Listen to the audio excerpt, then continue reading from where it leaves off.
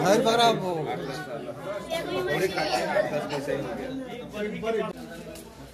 आया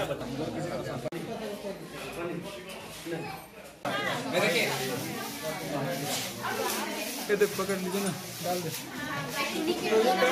ज्यादा नहीं।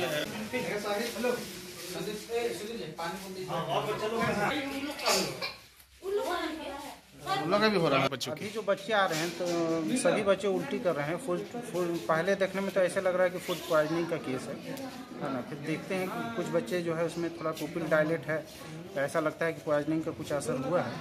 लेकिन थे हम पेट्रोलिंग के दौरान में देखे कि मैंने बच्चा रोड में वॉमिटिंग कर रहा था, ब्लड खून का। तो वो हम पेट्रोलिंग के दौरान में थे, तो हम त्वरित 6-7 को हम जितना गाड़ी में मेरा पेट्रोलिंग गाड़ी में आता उतना तक हम सदर हॉस्पिटल लेकर आए। ये प्रसाद खाने के बाद जो है ना बच्चों के अंदर में जो वोमिटिंग होने लगी, खून का भी वोमिटिंग हुआ है उस पर, और इन्होंने त्वरित गति पे हॉस्पिटल लाया है बच्चों को।